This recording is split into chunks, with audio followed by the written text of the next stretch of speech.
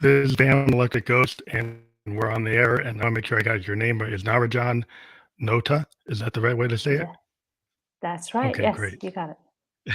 So you are with your website's right there, brightshininglight.com, and we're going to talk more about what you do.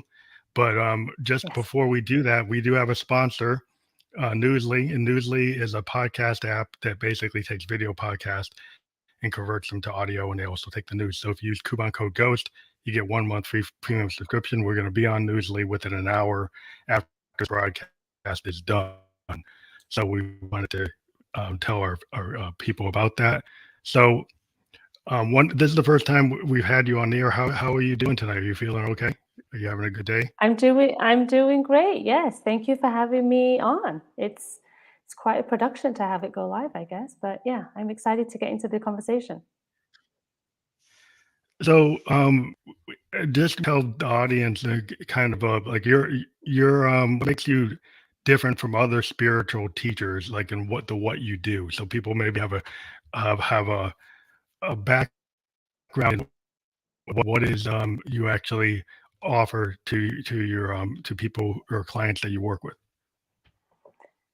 I offer individuals to align with their soul, to align with their soul on a deeper level, and to expand their consciousness to a higher realm by connecting on an energetic level with the planet, the plants, and the tangible things that we have, but also on a grander scale of connecting with other human beings and other people we might be in relationship with, and have those relationships be much smoother, much easier, and in flow as they are really designed to be. So how do people come to find about your services? How do you get people to know about what you do?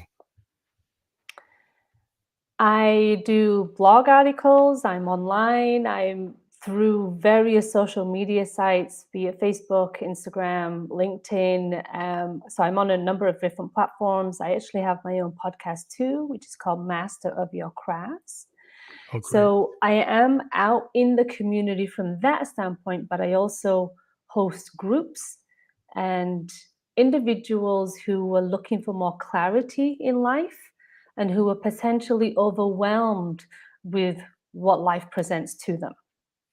So, where are you actually located in the US? Do you primarily operate out of that, like where you're physically located in what state, I'm or is it actually beyond that? located in Toronto, Canada. So I'm not Oh, even wow. in the So, US, I'm in you're not in the Toronto, US. Canada.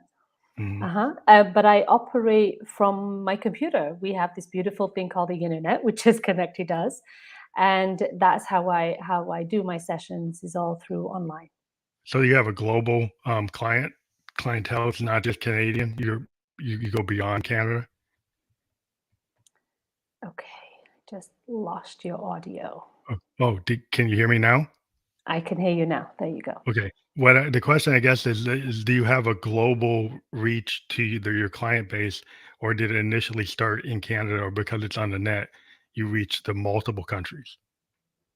I do reach multiple countries. So I have clients in Britain and I have clients in the US, as well as tutoring clients on the other side of the globe. But that's a little bit more challenging purely because of the time zone difference.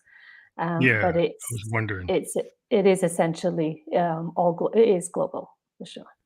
Yeah, because like I ended up starting to like interview people in Australia and Japan, and I had Yeah, to adjust my time. yeah. So is it your working hours to when you do this? Do you adjust to like clients that if you had clients in Japan or the Middle East or other areas that are totally different time zones? Do you adjust? Do you say, well, I want to just stay in my Canadian time zone? Well, I make it workable as best as I can because I do understand there's a need there. And my objective is to be of service to those who are seeking support and who are requiring a need.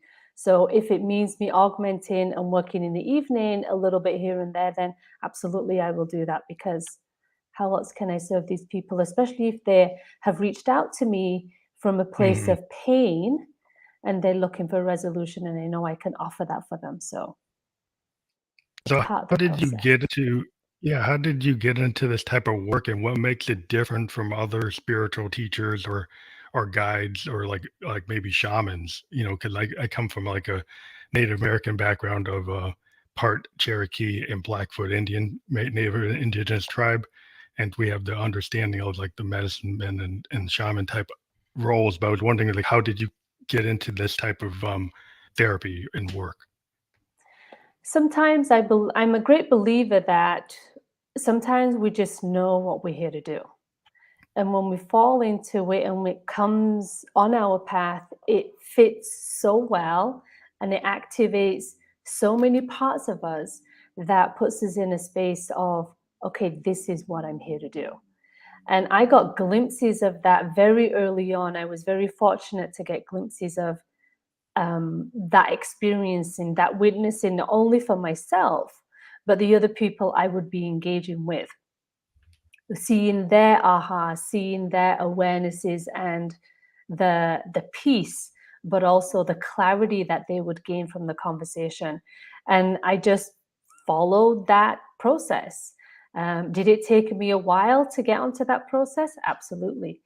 I'd spent probably a good part of 15 years in corporate, in for-profit and not-for-profit sectors. So I know what the world looks like on a Mhm. business level, very saturated in that space.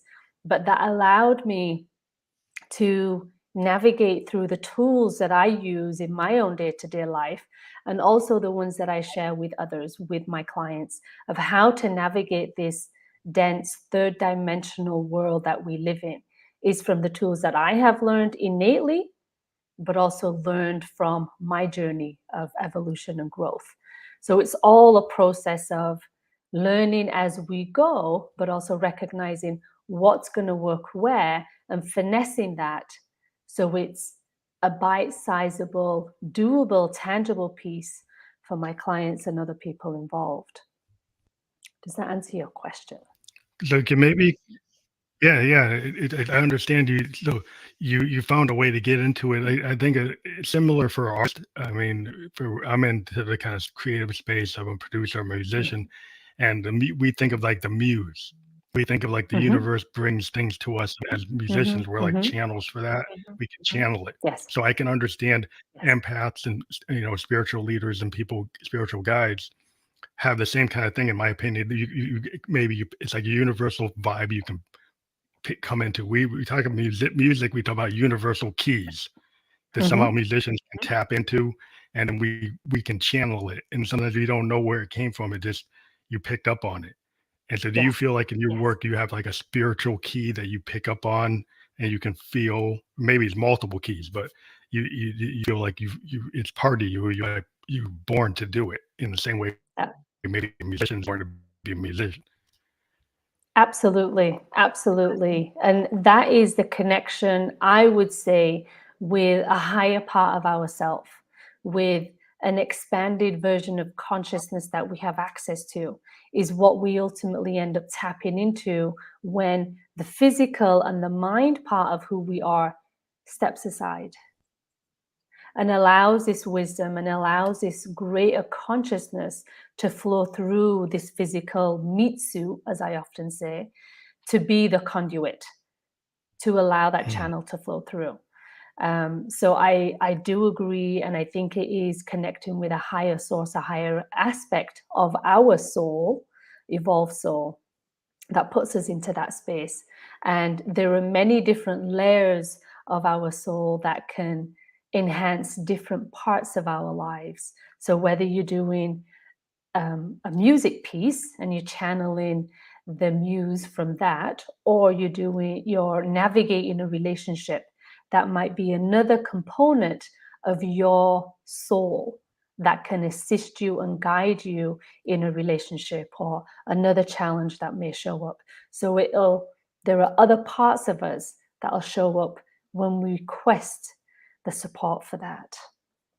So maybe for people who don't fully understand what a spiritual guide is, can you kind Mhm. of give people like a maybe a your own vision of what you do so people understand can kind of relate to it? Absolutely. Essentially, I support individuals to navigate this thing called life. I'm a great believer that every single thing that happens to us happens for a reason. There's a reason why certain people show up in our lives. There's a reason why we have the family, the siblings, the children that we do have. And all of that is really navigated and instigated for the evolution of our soul and the evolution So, of the planet. And it's our responsibility to be able to bring those two worlds together in human form. So, my role is to align each individual with their soul and present them with a different perspective of how to look at what we would say in life is a challenge that they are feeling in life: overwhelm, lack of confidence, unfulfilled, lost in this world, or whatever that may be presented. And I would present that as an opportunity for you to clear the clutter of life so you can then be more aligned with something greater and allow that wisdom, that flow, as you talked about earlier, to come through you with much more ease and much more grace. I'm a Buddhist, and so I believe in the law of cause and effect and karma in a Mhm, way. I practice Nichiren Daishonin Buddhism. mhm. And the one question Okay. I was looking through your information, and you're talking you dive in core into karmic issues. And one of the things that we've always believed, well, I believe in my practice, we believe that sometimes your karma is like you're actually living like your karma of your whole family, of your whole Yes. generational line. And I don't know if you believe in that level of karmic connection. Is the karma that people deal with? Do you believe that karmic issues can be part of a whole like generational line, or is it the individual? Intergenerational karma, intergenerational trauma, which is an element of karma, is real. And for each of us who are witnessing it, it's our responsibility to clear it. So you would clear it not only for yourself, for your own soul evolution, but you also have the fortunate opportunity to clear it for your entire family. So often karma is positioned as a negative aspect of life, but there's also a positive aspect to karma as well. So the country that we live in, the accessibility to the tools and equipment and clean water and all those pieces that we have access to are perhaps elements of our good karma. Hmm. Yeah, it's true. So Yeah, a we lot of would to times, like, look at both components of that. Sorry. yeah, because the position you're in, at least in our practice, is sometimes the position you're in, you're kind of because it's kind of not that it's predetermined, but you're dealing with a karmic history that why you might be where you are is because of Mhm. that karmic history.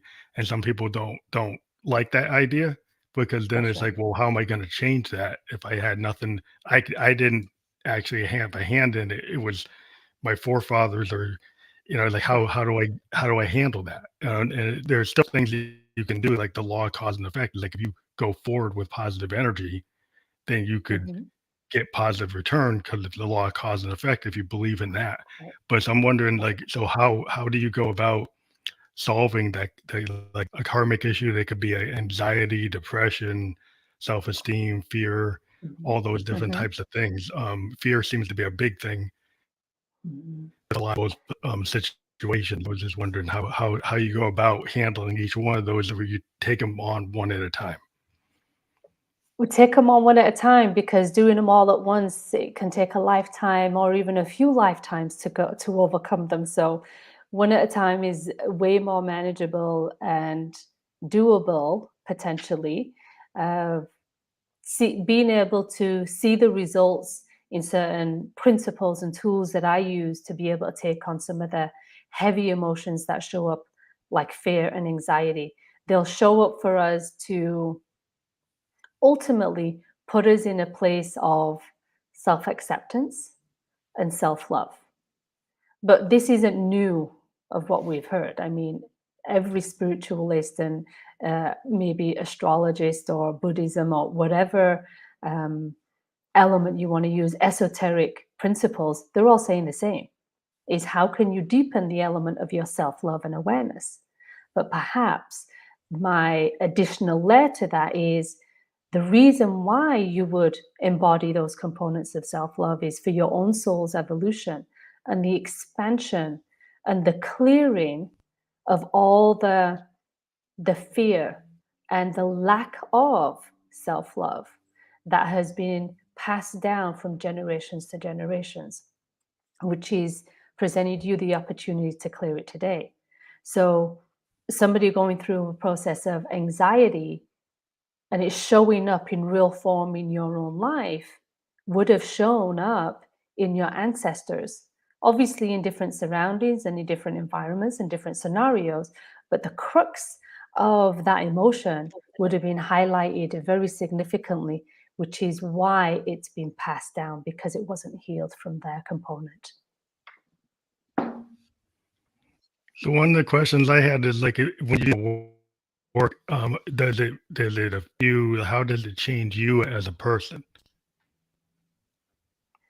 Once you work as a through some of spiritual the guide? emotions, once you work through Mhm. some of the heavy emotions that we all feel and that we're all faced with on a day-to-day basis, because that's the world that we live in, and essentially that's part of our role as human beings having life on this planet, it's almost like clearing the clutter. When we create a space of stillness and we go into a space of perhaps minimalistic living, there's less influences for our attention. There's less conflict for what we do on a day-to-day basis and how we move through the world.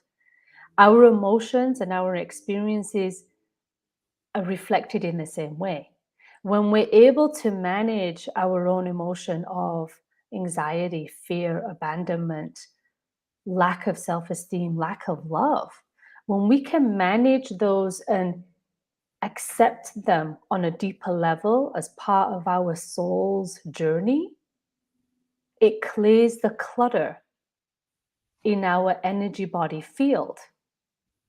But when we resist it, it continues to compound the clutter in our own mental thinking. So therefore, the relationships that we have outside of ourselves with others, it compounds it. And it creates more friction. Mm. So I guess I'm wondering, like, from like if you go to a psychiatrist and a psychologist, I've heard like sometimes psychiatrists have to have their own Mhm. psychiatrist because they're dealing with so Yes. much trauma. So I'm wondering, Mhm. how do you like unload if you're dealing with a lot of people's emotional trauma and you're getting all that coming through you and you're helping Right. people, but you're getting affected by that as well. What's your coping mechanism? Do you have a spiritual guide that you go to kind of unburden yourself from that, or you found other mechanisms to do that? One of the biggest reasons why I got into this space was I can recognize that you have to go through your own healing journey first. In order to be a positive support, polarity is a terminology that I use to balance somebody out of their pain. You have to have gone through your own first and healed it. And I'm a true believer, and I've seen it, and I've done it for many years, for the past 20 years, is going through my own journey of healing in order for me to be a fully clear vessel to support others in theirs. And when I support others in their journey of healing, I don't take it on. Mm. I act as a conduit to allow that energy to be channeled through me, which is what I teach individuals to do for themselves. When I have my clients, I'm empowering them to do that for them. It's not, I'm going to be here to dump my stuff onto you.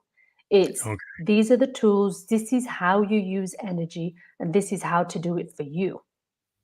Okay, That so is it? is, I think, the differentiator. Yeah, it's a totally different concept than what maybe psychologists and psychiatry has, because sometimes they actually do have to have a way to, Yes, unbound themselves from that. But if you're dealing with the concept of energy and learn how to yeah, have it pass through, it's like an emotional like judo. It's like you're learning how to not to get it so that you can react to it in a very positive way where you're not taking it on. You actually that's right. are able to kind of deflect it in a positive way that's not going to hurt you, but actually you That's can right. still help people. And that takes some practice, right? It's not something that happens overnight. Because we are human beings, we are empathic and emotional beings that we want to help people. When we see people in strife, we want to support them. And as empaths, it's how do I pull that out of them? But really, that's not the role of Mm. an empath. It's beyond that, but it's having the right understanding, it's having the right mechanism and the tools to be able to get out of the way and allow the energy to do what it's supposed to do. But that in itself is a big learning curve for us how to do it. But one thing that I do want to highlight is we often believe that we've let go of stuff and we've sent it to wherever and it's gone. Or I'm not thinking about that any thought anymore. Contrary to, or should I say, in alignment to psychiatrists and psychologists and all of those professions, they do an amazing job for those people who are ready to receive it. However, they only operate from the mind. So they only operate from here. And the work Mhm. that I do, I take it on a deeper level. So now I'm engaging with the heart. Now I'm engaging with the energy, with something beyond the mind. And that's where often people can get stuck, which is why that domino effect of depression and anxiety and things can really take a downward spiral. And when Yeah, it's too you much in the headspace. calibrate the mind Yeah. and the heart, it's a very different process of healing, a Yeah, very they kind different of like, I process. think in terms of like musicians, we tend to deal in the heart space, right? Mhm. Like there Yes, music is somewhat mathematical, right? So there is absolutely. some headspace to it, but a lot of it is heart and spirit. So a Yes, lot of things so you can get caught up in the technical aspects of it, and then you can get, really caught in the weeds. I've tended to try to let the universe tell me what I'm going to do. I kind of don't come in with a plan. I just do it. And I feel like yes, a lot of times I've run into other musicians and they're too into the nitty gritty of it. And I'm like, why can't you mhm, just feel it? Right? Why can't you have that's like right. the idea of soul, like soul music? Why is it Yes, soul music? Because we kind of, I can go with a bunch of jazz guys and soul guys, and we can just get together and we don't even talk. We can actually just look at each other and we kind of know what to do. And then mhm, other people are like, "Oh, what's the chord chart? What's the key?" And like, I don't gotta tell you that. When I'm with the soul band, like I don't have to say that. They just know. It is that's right. it's a different type of feeling. It's kind of like this idea that we're all feeling this soul, we're feeling that heart. And I think I can kind of equate that with what maybe you're doing with the energy, because I feel that's energy too. It's a different type of Absolutely. energy. But It is. And it's beautiful when it translates from your perspective like that, of it coming out from a synergistic way of communicating with your own peers.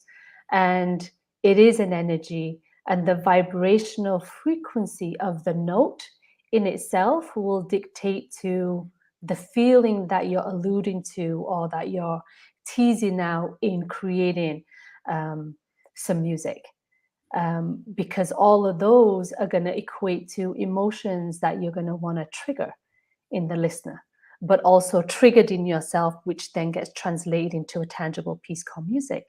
So we're talking the same language, but perhaps just a different instrument, if you will. yeah, I think it's a lot of people that get. Well, I always like it when I can actually I meet a musician and there's no words, right? We just vibe, and there's Mhm. somehow we just know what to do. Like you can sit with a drummer and they just know what to play. I don't even have to tell Yeah, them. I just yeah, play something on my keyboard or on the guitar, and they automatically know what goes with it. I don't got to go and dictate to them, oh, do this, do this, do this. It right. seems like there's this. automatic recognition is like, oh, I know what goes with that. I kind of feel it, and I know what Yes. to do. And that unspoken language is worth so much to like a lot of Mhm. artists when you find the people who automatically get you without having to verbally tell them. It Mhm. is like unbelievably cool. It's Yes, such a rewarding feeling because it feels like you've caught into that vibe, that frequency. You've actually that's right. have other people, and they're not. It's like telepathic. You don't even have to say Mhm. it.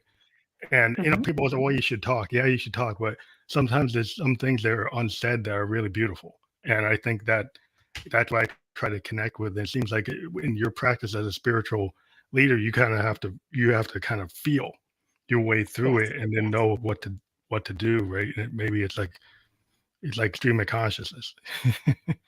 That's right. It is. It is. And that's exactly what you guys are doing when you get into a room. You're operating from an element of consciousness, a dimension of a frequency, which aligns you all.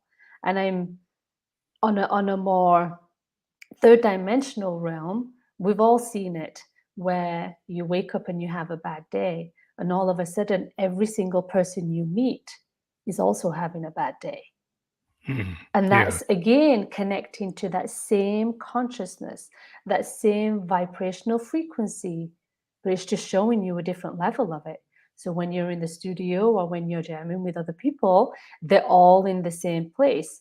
And I do a similar thing too, of when I bring my clients in, I'm elevating their consciousness, I'm elevating their awareness so we can be in a more synergistic way and support them so they're not getting caught in all the clutter and they can see the clutter for what it is and clear it.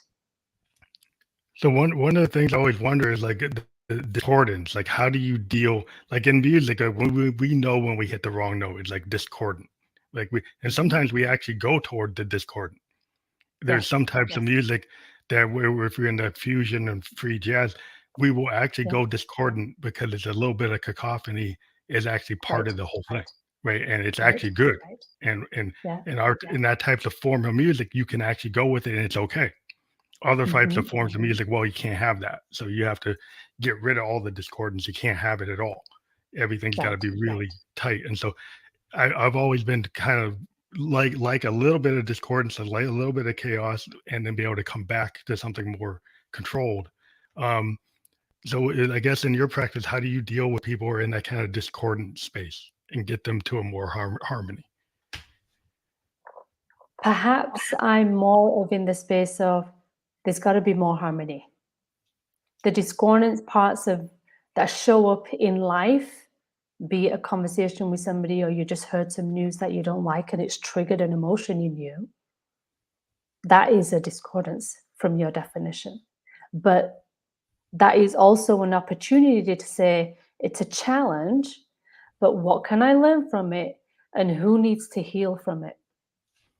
Because it wouldn't have showed up on my radar if it wasn't a discordant within my soul evolution, Hmm. within my part of life lesson.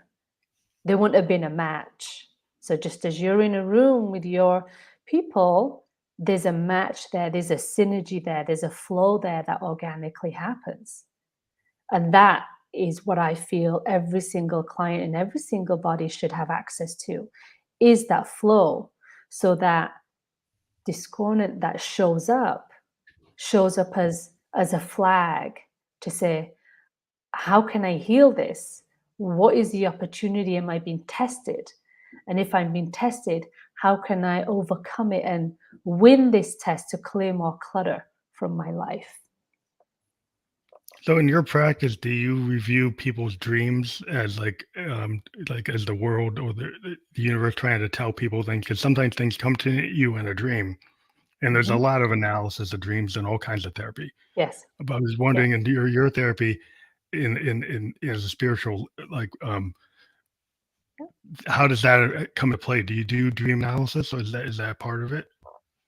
There's many different components that I do bring into practice. So I bring components of astrology, astronomy, some sort of personality testing to to paint a broader picture of who this soul is for people for clients to understand themselves on a deeper level. So I use all those facets, and dream analysis is a big portion of that.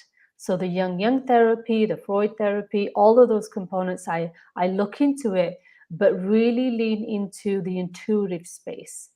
What is my own intuition telling me about that component of my dream? And how much of that is influenced from what actually really happened in real life yesterday?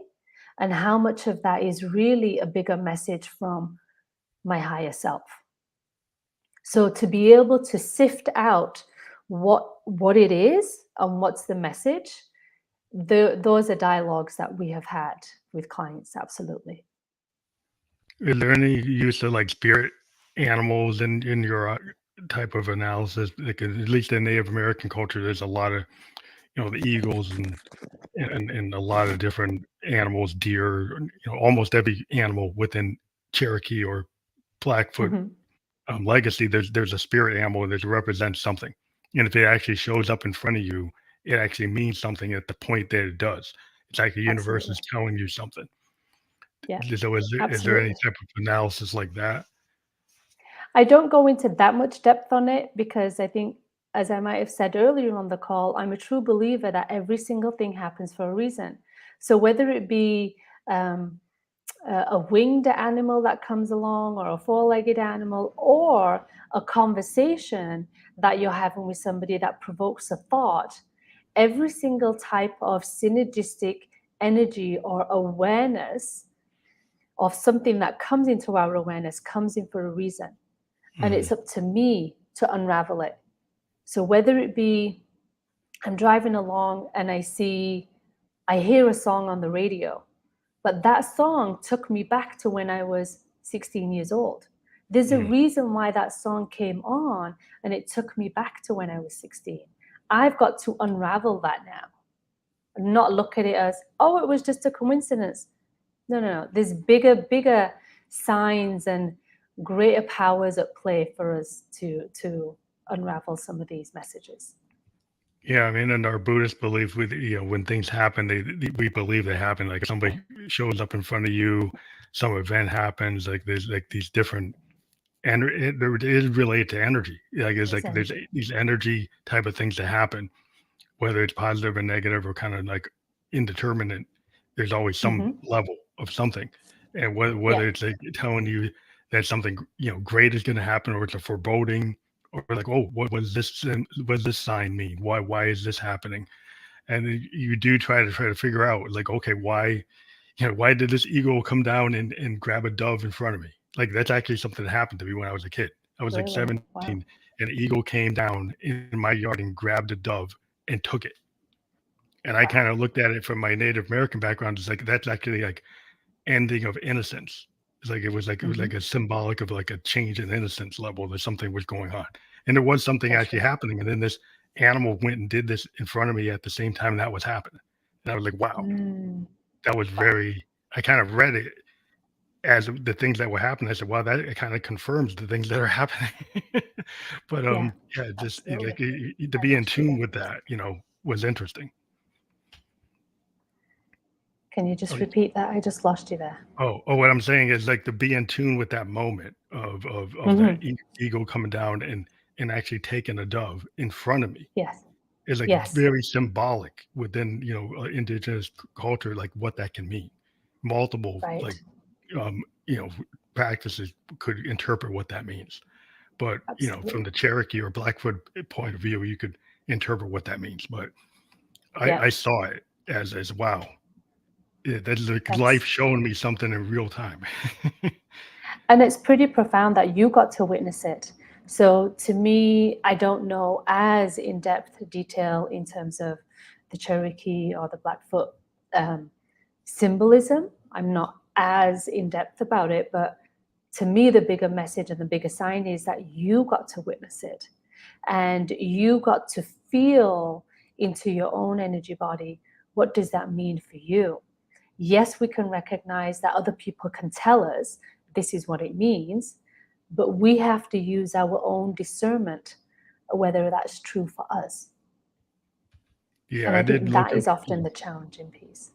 yeah, at the time there was some things going on where I was kind of, 17 and I was moving from one phase to another in my Mhm. kind of Mhm. adolescence and Yeah, growing up, and there was some serious things going on. And it felt like it was like a change that's of right. the age of innocence to an age of experience, That's right. like a That's right. Blakean idea, like William Blake. You Yeah, have the songs of innocence, the songs of yeah. experience. I was very much into that. I was reading a lot Mm, of Victorian poetry. I love William Blake. And the way at the mm. time, I was like, I was reading the songs of innocence and experience. And then that thing happened. And so I was kind of framing it from what I'd been reading, but also knowing about Cherokee history from my great grandmother.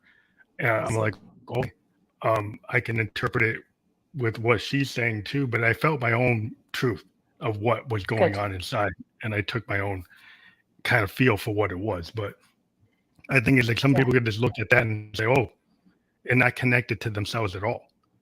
Mm, And, just think it's an outside event. And I think no. maybe that's a different way to have, so like a spiritual leader might tell you to maybe look at it differently.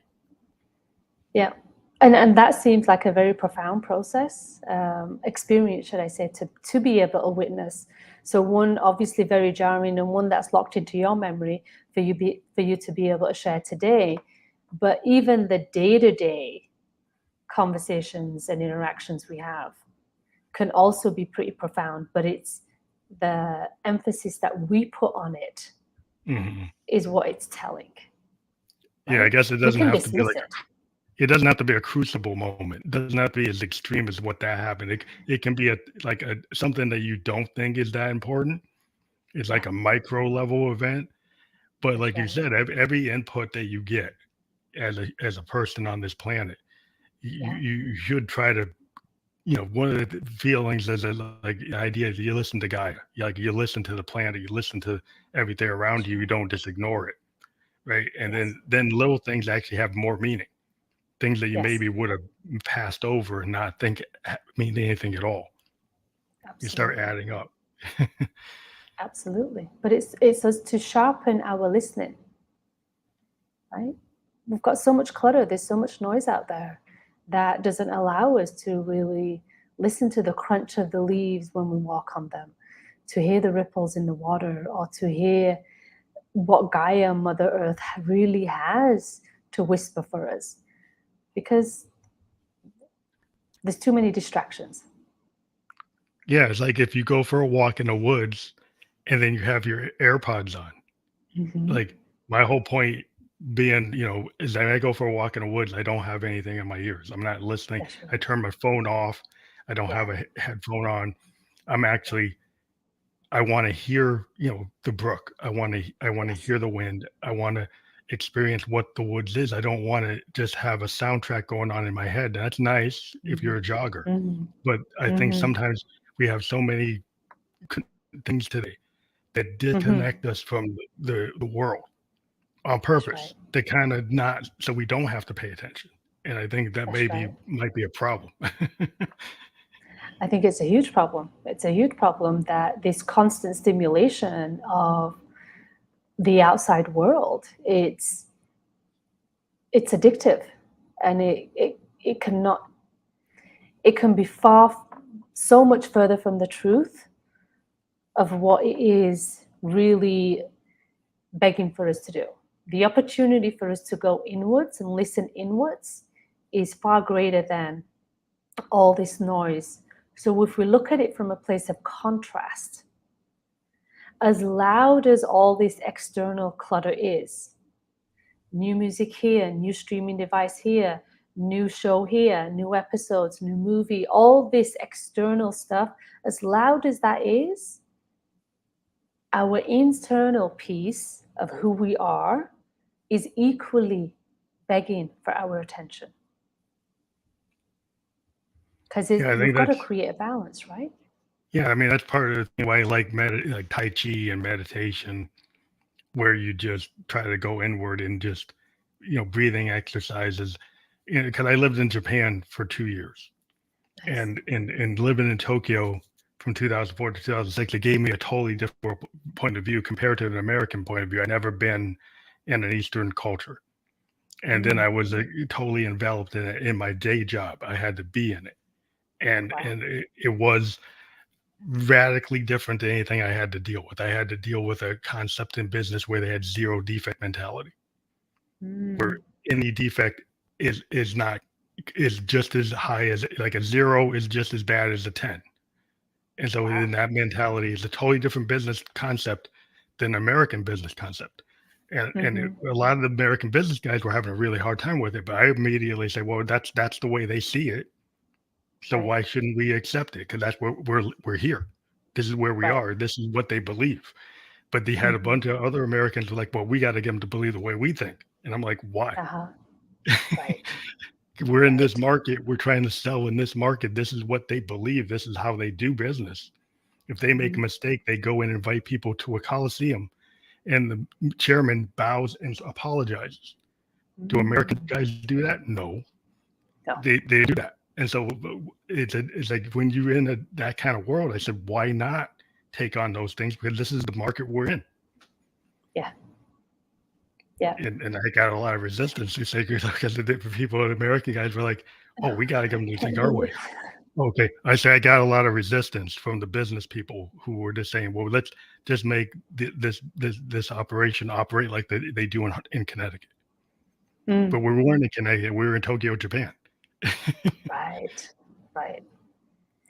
And I think that's the big shift in, especially in the business world, of wanting for it to work in a different way that is based on the culture. So the culture in Japan is very different operationally, and perhaps maybe more sensitive to people, whereas perhaps some of the cultures in America, North America, the Western world of living is less about the people, but more about the doing. Yeah. It was more about like a top down management perspective and maybe not respecting the culture that you're in. Like you're in a multinational company, you're in different zones, Mhm. but Mhm. your attitude is the American zone is how everything should be.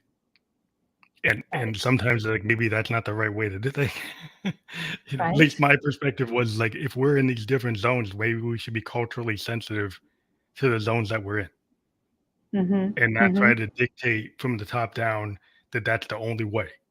Because I've been Right. a very expansive type of person in my music. I like to be very expansive. I don't want to be caught in any lane. I like to be like, bring Eastern Mhm. ideas, bring Western ideas, uh, mix things up between Yeah. jazz and rock or hip hop and spoken word. I like to not be pinned down. Mhm. And I hate it Mhm. when somebody tries to say, well, you should just stay Yeah. in this. And like, why? Why should I stay in one lane? Because like I don't think that way. I kind of go all over the place. So what's wrong with actually expressing myself in that true form? Mhm. Mhm. But it's also about creating balance, right? So talking a little bit about energy and the different types of energy that we had mentioned. So there's a masculine energy and there's a feminine energy. The masculine energy, both energies we all carry. I don't, I really don't care what gender you identify as. You have Mhm. both components. Yeah. So the masculine is very action oriented, action focused, and very strategic in that standpoint. The feminine is more nurturing, more compassionate, and more loving. So what I'm hearing from you is your experience in Japan is more balanced because there is a more compassionate, there is a more considerate component to who you are as an employee, as a client, and how we are operating as a business. So there is that softer, nurturing component. Whereas perhaps in America, North America, it's more action, very masculine driven. Just Mhm. action, do, don't think, don't feel, just do, which I think in itself is proving the imbalance in showing how businesses are being run and operated, and the longevity of that business and how that shift is happening. The tipping point has already taken place of how employee engagement is to be changed, to have more empathy in the workplace, to have more compassion, to not look at your employees as they're just a number. So looking at that from a more balanced perspective, I think is really interesting to see it in very many different parts of the world. So, yeah. Well, one of the things I actually had yesterday, and they were talking about, they were like a spiritual advisor as well, and they were talking about like feminine and male energy in terms of like receiver and Yeah. giver Okay. concepts. And Mhm. they were also talking about like energy and being able to balance energy. So it seems to be a common kind of theme. And Yeah. in my music, I pointed out that one of the things I did early in my career is I went into myself and I found like a feminine side of myself and I named her Mm. Josephine Electric. And she's like a fictional character I created as part of my Mhm. music.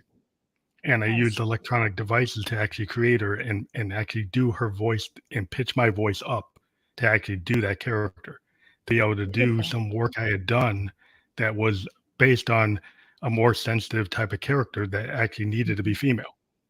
And so when I Nice. voiced her songs, I'm actually in a female voice doing her songs. And it kind of got me into this business because I suddenly went from a couple thousand people listening to like 70,000 people listening when I Wow. introduced the idea of Josephine.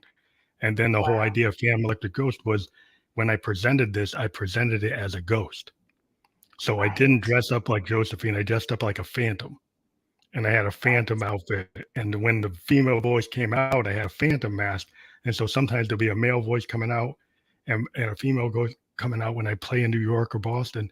But you couldn't tell if I was male or female because my idea Right. was is I don't want to get into the idea of being gender bending. I want it to be a ghost I lost you and then. then the ghost to be male or female at any point in time in the performance. And so then I was able to do something I always wanted to do and it worked.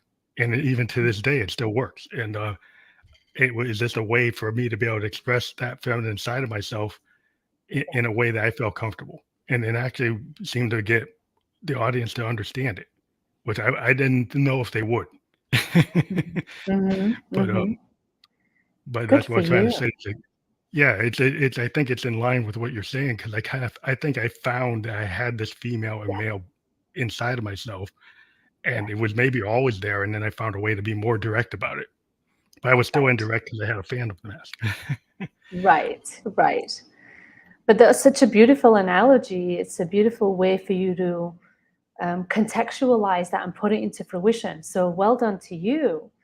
But I'm also makes me a little more curious to see what the real part of you looks like and how you're exhibiting some of the more feminine qualities or some of the more softer qualities in who you are and in balance with some of the more masculine qualities of who you are and how we all sift through them every single day.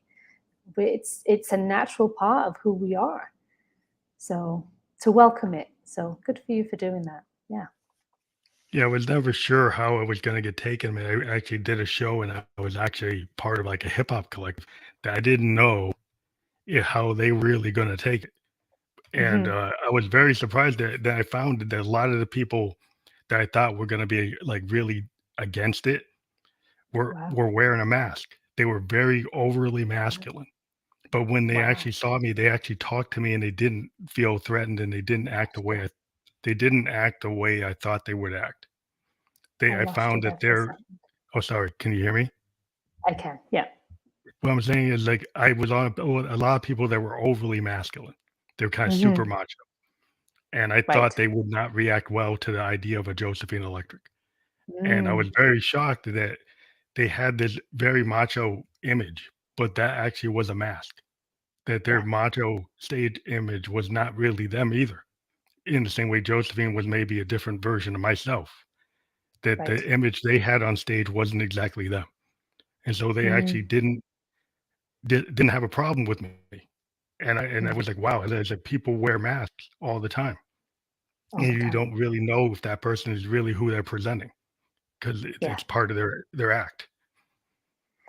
It's part of the act that we've all been perhaps, I want to say indoctrinated, but that sounds a really aggressive word, that we've been taught to wear. So regardless of what gender you identify in or how you move through the world or what you do in life, there's an element of mask that has been taught for us to wear, which in my version is part of the clutter that it's time to let go of. Because being your authentic self and being in synergy with your soul, I think now is the time.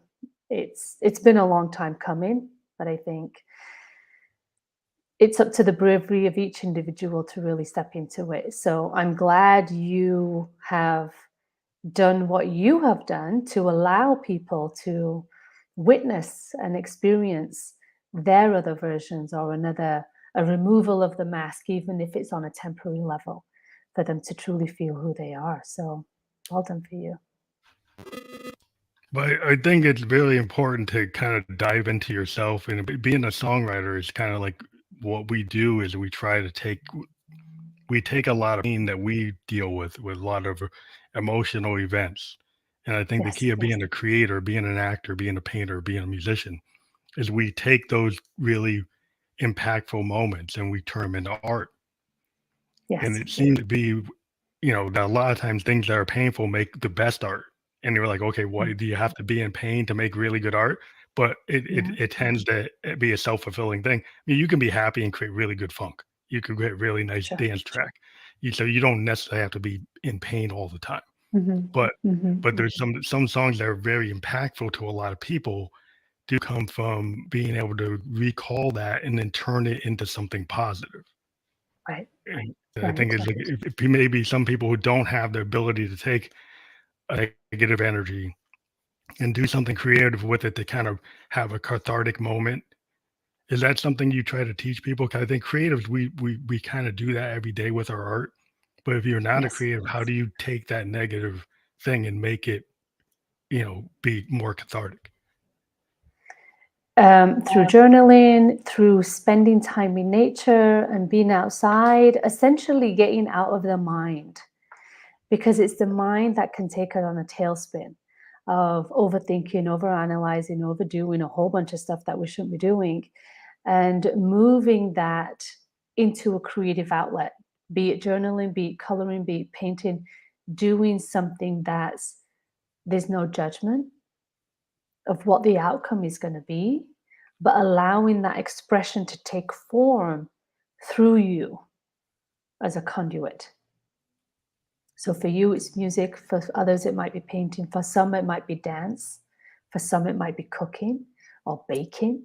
So finding another way to express it in a more creative way, I think, is crucial, because when we get it, if we don't do it, it can get stuck in our mind and go on a loop. And that's Mhm. not serving for anybody, for you as an individual, and definitely not the people around you. Because that's when like human beings will get into addictive or destructive behaviors because they Mhm. get into that loop and then they Yes, try to resolve it with a non-positive action, yes, or something that's self-destructive or not healthy. So that's do you right. have to in your practice, do you try to, deal with people who are at that state and try to get them on a better path? Absolutely. Yes, I've had a number of clients who suffered from depression or heightened anxiety, ADHD, and different labels, if you will, that we have learned to justify in our world. It's ultimately about being able to transform that energy. So transform the destructive piece into a positive attribute. And how do I go about doing that? Is through awareness, is through taking a step back and observing it, and not necessarily engaging in it, but observing it. And in the observing in itself, you're allowed to transform it, because energy never dies. We know that. Mhm. We just have the capability of transforming it. So I support individuals how to transform it. Just as your same analogy of a discourse in a harmony, how do I shift that so it becomes in harmony? I do that with emotions. So emotion, a heavy emotion is showing up, a guilt, a shame. okay, so why is that showing up, and how can we put it in a place of love and compassion? What needs to happen from that space in between? And that's part of the process and the journey that I take individuals on, to take control of their emotions and clear the clutter. I think is the bigger words that are coming to me right now that I'm feeling that might resonate. The bright shining light, how did you come about with that term? It was For actually it was a channeled word that came in.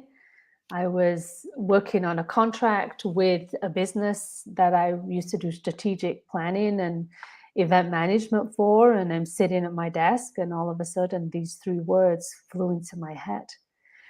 And I was like, okay, I like these. I better save the URL for it. I didn't know what I was going to do with it because I was heavily into the corporate world at that point, mm, and I had no idea. I was nudging into more of the spiritual world a little bit more on a part-time basis, on a personal level. So I banked it, and before I knew it, within 5 years, my life changed upside down pretty much.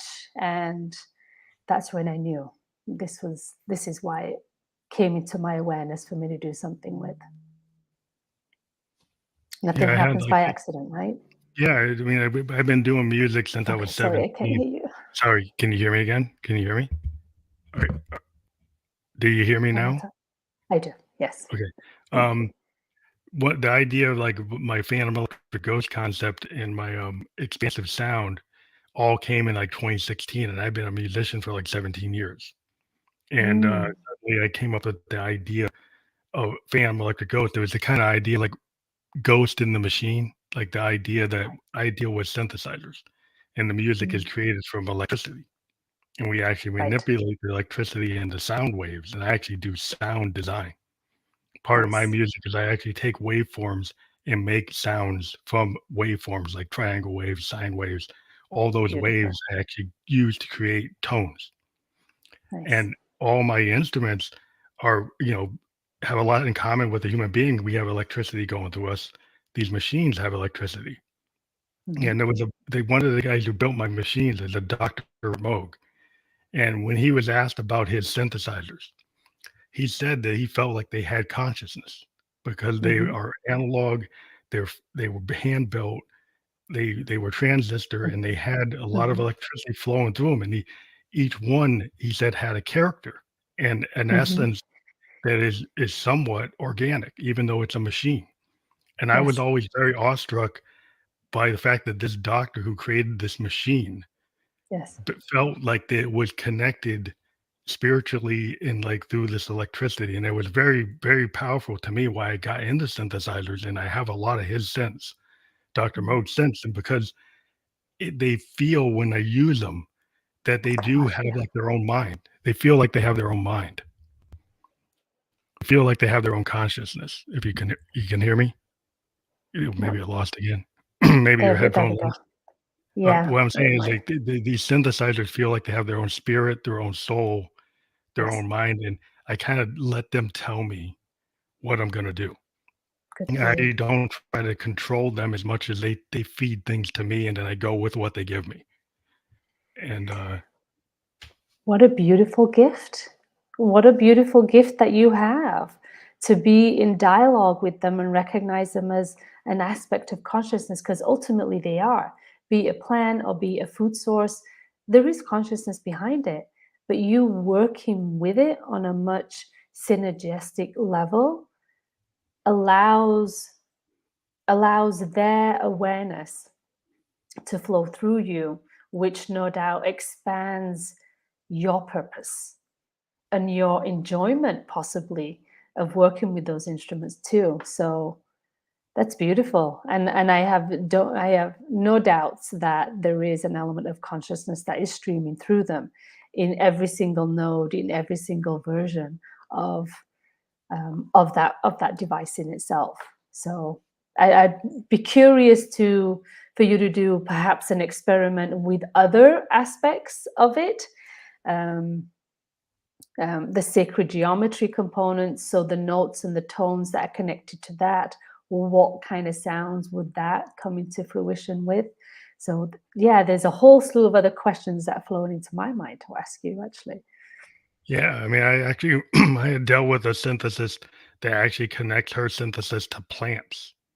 She actually Yeah, takes like transponders and actually connects to plants and mushrooms and lets yeah, those plants actually send her signals see and that then video use on it, that time. and she uses it in her work. She actually, connects Yeah, it to organic material to use in her work.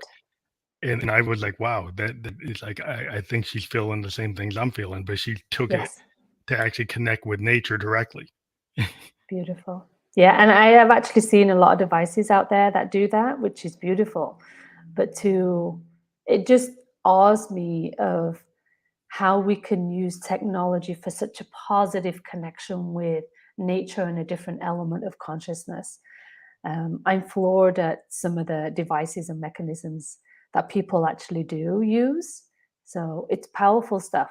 It's really powerful stuff. So So I just wanted to let people know we did reach our hour mark, and so like these sessions usually go in a way that I kind of do a stream of consciousness, kind of just a conversational type of mhm, program. So I do want to thank you again for being on the program, you're welcome. and I want to encourage people to go to your website. Are there any other things in terms of how to reach you? Is everything at that website, or is there another more information people need to be told? Well, it's really at the website. Social media platforms, Facebook, Instagram, and LinkedIn can be connected there, either under Bright Shining Light or Naranjan Nota. And I'd encourage you, if you're oscillating or contemplating on delving further, is I do offer a free 30-minute consult and we can unravel and see where you're at and support you that way. But thank you so much for having me in your show. Thank you. Well, I think it's very positive. I try to bring my audience like we've branched out into not just talking music. We started Yeah, in 2016 in that way, but we've wanted to bring in other people and actually talk to other points of view that are not just about music. But definitely. oh, again, sorry. Yeah, Can you that's hear all me? right. We've Yeah. made a choice to kind of expand what we talk about to Mhm. include. Normally, we just talk to musicians or other producers, but we've been Right. trying to bring in other people and other points of view that Sure. some people would say, well, how does that fit? But I believe that like it's expansive. Yeah. You start to open your mind and talk to a spiritual person that's going to be a spiritual guide. Actually, a lot of musicians, they follow gurus, they followed Mhm. spiritual guides. They that is part of like Mhm. music. Go back to the Beatles. Yes. There's Yes. a lot of there's a connection. I can show there's a connection. Absolutely. So Absolutely. thank you again for being on the program. Very happy that you were here. I want everybody to make sure they check out brightshininglight.com. Will And do. thank you again for being on the program. Thank you. Thank you very much. Good night.